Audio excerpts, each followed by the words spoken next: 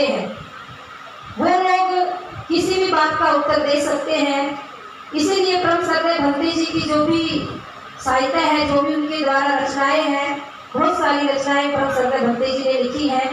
लगभग 22 किताबें तो अभी मौजूद हैं और कुछ किताबें अभी प्रिंट नहीं हुई हैं और आप सभी इन किताबों को पढ़ भी चुके होंगे। जैसे घूंघट के ऊपर भंते जी ने किताब लिखी है, परंपराओं के ऊपर भंते जी ने किताब लिखी है। बहुत सारी ऐसी किताबें हैं जो आसान भाषा में है, सरल भाषा में है और वो जो भी कोई पढ़ता है उसका जीवन बदलता है। एक किताब है तुम्हें जाना कहा था कहाँ पहुँच गई। मेरा ये मानना है कि वो किताब प्रत्येक महिला को पढ़नी चाहिए, क्योंकि जो भी महिला उस किताब को पढ़ती है तो उस किताब को पढ़ने के बाद उस महिला को समझाने की आवश्यकता नहीं रहती। आगे चलिए। धर्मभूमि द्वारा स्थापित उत्सव, बहुत सारे उत्सव हैं। जैसे अभी विजयदशमी आएगी, विजयदशमी का उत्सव है। धम्मचक्र प्रवर्तनाएं हैं, उनका उत्सव है। तो भंते जी द्वारा बहुत सारे उत्सव जो मालूम नहीं थे जो स्थापित किए गए। 18 मार्च का धम्म कारवां, इसे पूरा देश जानता है, पूरे देश से लोग वहाँ लाखों की संख्या में आते हैं। तो वो एक उत्सव के रूप में है कि बाबा साहब जिस डेट को, जिस तिथि को आगरा आए, उस तिथि को भी हमने उत्सव के रूप में बना दिया।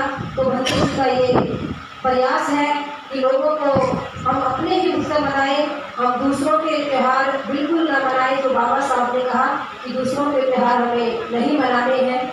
धम्म कारवां, बहुत जगह पर धम्म कारवां हो चुके हैं।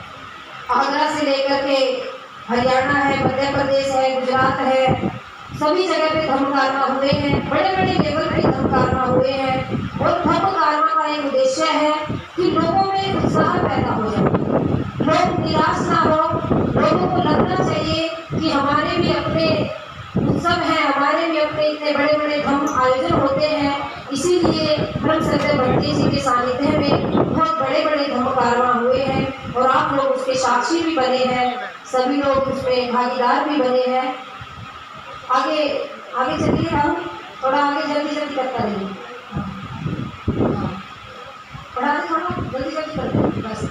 ये धम्मभूमि की तहजीब आप सब लोगों को मालूम है कि धम्मभूमि की तहजीब क्या है। आगे बढ़ा दें। हाँ, व्यसन मुक्त युवाओं को आप देख ही रहे हैं कि धम्मभूमि में युवाओं की बहुत भागीदारी है, बहुत भागीदारी में रहते हैं।